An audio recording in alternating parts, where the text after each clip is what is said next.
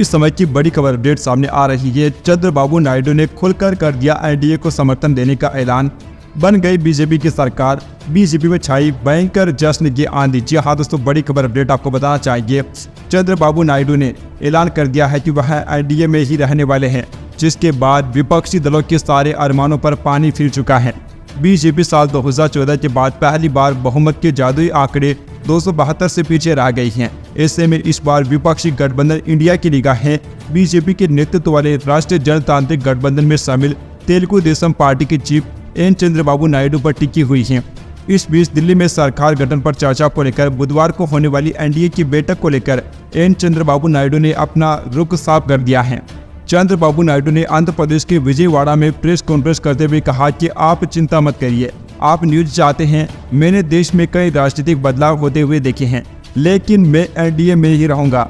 मैं एनडीए की मीटिंग में शामिल होने के लिए दिल्ली जा रहा हूं। उन्होंने आगे आंध्र प्रदेश विधानसभा चुनाव में जीत और लोकसभा चुनाव में टीडीपी के शानदार प्रदर्शन को लेकर मतदाताओं को धन्यवाद करते हुए कहा है कि हम एनडीए में ही रहने वाले हैं।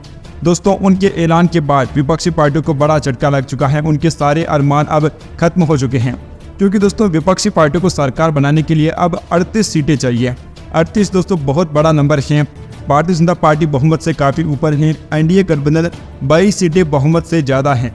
विपक्षी पार्टी को अगर चंद्रबाबू नायडू का साथ मिल भी जाता है, हालांकि उन्होंने इनकार कर दिया है, उनका साथ भी मिल जाता है, नीतीश कुमार का साथ भी मिल जाता है, तब भी दोस्तों ये 28 सीटें होती हैं। 10 सीटें विपक्ष को और भी चाहिए होती हैं। तो विपक्ष अब सरकार बनाना बहुत ज़्यादा मुश्किल है। इंडिया गठबंधन के लिए सरकार बनाने का कोई रास्ता नहीं बचा है।